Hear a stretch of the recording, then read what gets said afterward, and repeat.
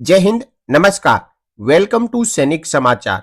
दोस्तों, सदन का बजट सत्र चल रहा है और बजट सत्र के दौरान लोकसभा और राज्यसभा में विपक्ष और पक्ष अपनी ही सरकार से सवाल पूछती है और एक सवाल पूछा गया है 8वें वेतन आयोग को लेकर।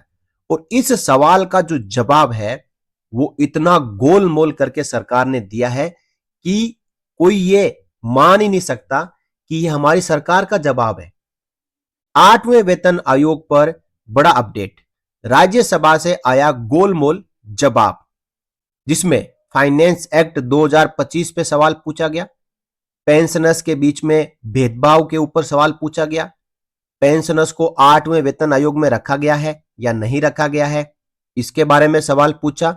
साथ ही साथ पे, अलाउंसेस, पेंशन ये शामिल है या नहीं है, इसको लेकर जावेद अली खान जी ने वित्त मंत्री से सवाल पूछा। आइए जानते हैं क्या थे सवाल और क्या आया है जवाब। देखिए, सवाल बहुत ही सिंपल थे लेकिन जवाब बहुत ही टेढ़े आए हैं। ये सवाल पूछे गए 3 फरवरी 2026 को और ये सवाल पूछे गए ministry of finance, department of expenditure से। राज्यसभा में पूछा गया, सवाल नंबर था 398। श्री जावेद अली खान जी ने पूछा, will the minister of finance be please to state, क्या वित्त मंत्री ये बताने की कृपा करेंगे, whether finance bill 2025 has authorised the central government to establish distinctions among pensioners on the basis of the date of retirement. यानी क्या फाइनेंस बिल 2025 सरकार को यह अनुमति देता है कि वो पेंशन भोगियों के बीच में उनकी रिटायरमेंट के आधार पर भेदभाव कर सकती है। And A distinction may also be made amongst pensioners which may emanate from accepted recommendations of the Central Pay Commission। और क्या वेतन आयोग जो सिफारिश देगा उसके आधार पर भी भेदभाव किया जा सकता है। 2 सवाल पूछे सीधे सीधे वित्त मंत्री से, क्योंकि 8वें वेतन आयोग की संदर्भ की शर्तों में यह बात लिखी गई है कि unfunded cost of non contributory pension scheme, इस बात को ध्यान में रखते हुए ही पेंशनर्स की पेंशन रिवीजन के ऊपर रिकमेंडेशन 8वें वेतन आयोग को देनी है। और दूसरा, फाइनेंस एक्ट 2025 का पार्ट 4 पेंशन वैलिडेशन रूल ये स्पेसिफाई करता है कि सरकार डेट ऑफ रिटायरमेंट के आधार पर और वेतन आयोग की सिफारिशों के आधार पर पेंशनर्स की पेंशन में भेदभाव कर सकती है। और यह भेदभाव पुराने समय से सीसीएस पेंशन रूल 1972 से कर सकती है। यानी जितने भी पेंशन भोगी है वो इस एक्ट के दायरे में आ चुके हैं। इसको लेकर माननीय सुप्रीम कोर्ट में चैलेंज किया गया है इस एक्ट को और मामला अभी तक लंबित है। तो जो सवाल पूछा गया है उसका जवाब सरकार ने क्या दिया है, आइए जानते हैं। सरकार ने कहा है कि the pension of the central government employees is governed by the central civil services pension rule 2021 erstwhile CCS pension rule 1972। यानी पहले सीसीएस पेंशन रूल 1972 था, अब सीसीएस पेंशन रूल 2021 आ चुका है और केंद्र सरकार के पेंशन भोगियों की पेंशन इन्हीं नियमों के तहत कवर करती है। And the central civil services extra ordinary pension rule 2023 and instructions issued from time to time for matters connected therewith. यानी यहां पे जो जितने नियम है पेंशन के, उन नियमों के बारे में सरकार ने बता दिया। अब देखिए, revision of pension is carried out through general orders issued by the central government inter alia for implementation of the accepted recommendations of the central pay commission. यानी जो पेंशन का रिवीजन है वो वेतन आयोग की सिफारिशों के आधार पर किया जाता है, जो सामान्य आदेश निकलते हैं उनके आधार पर किया जाता है। The central pay commissions being expert bodies recommend different pay scales, allowances and pension for different categories of the government employees.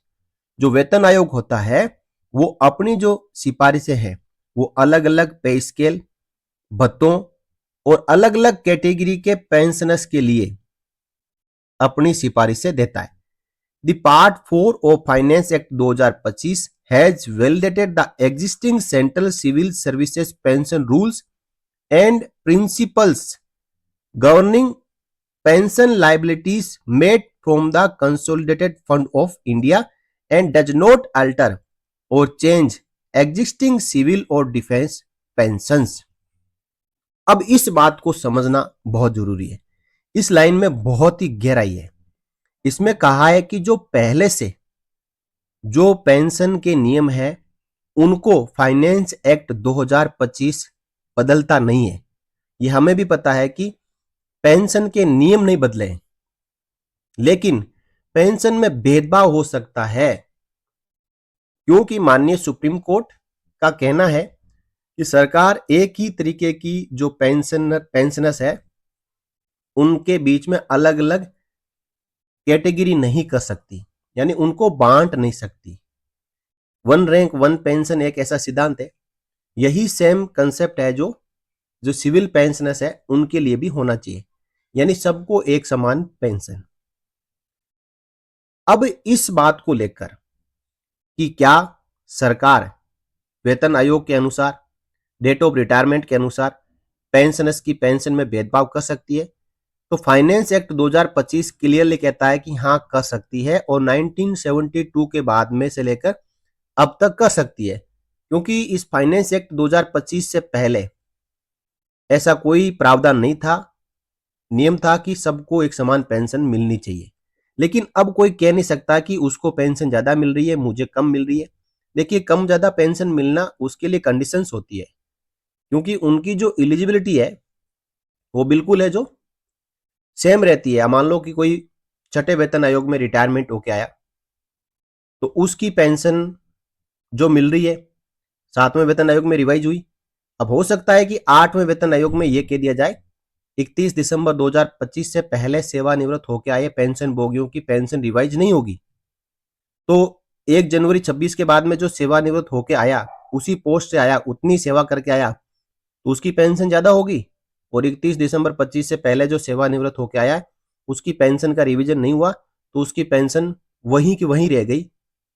1 जनवरी 26 के बाद में सेवानिवृत्त होकर आए पेंशन भोगी के समान नहीं हुई, जबकि दोनों के लिए फिटमेंट फैक्टर समान लगना चाहिए। मुद्दा यही है कि क्या समान फिटमेंट फैक्टर सभी के लिए लगेगा, चाहे 31 दिसंबर 25 से पहले रिटायरमेंट आया हो, चाहे 1 जनवरी 26 के बाद रिटायरमेंट आया हो।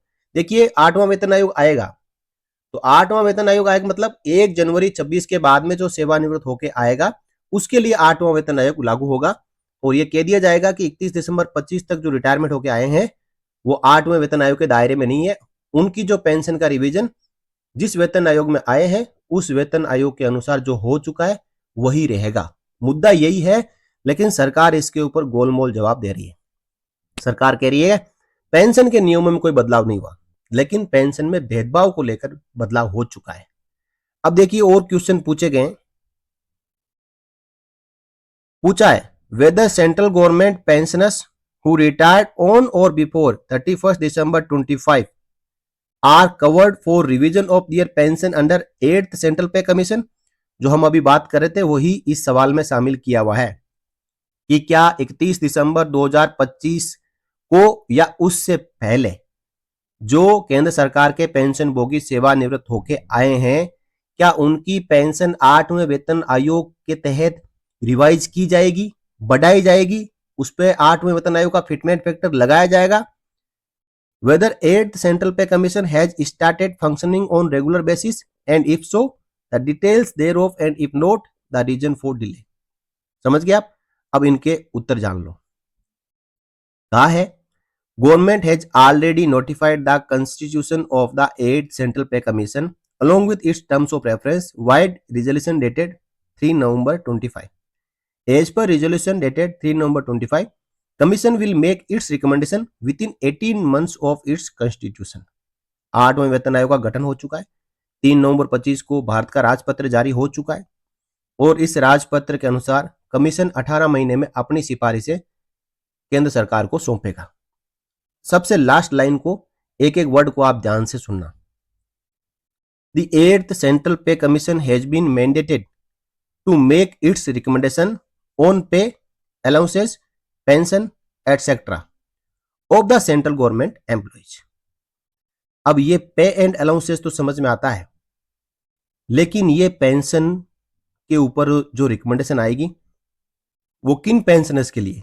यहां पे पूछा क्या गया था कि क्या केंद्र सरकार 31 दिसंबर 25 से पहले सेवानिवृत्त होकर आए हुए पेंशन भोगियों को भी 8वें वेतन आयोग का लाभ देगी?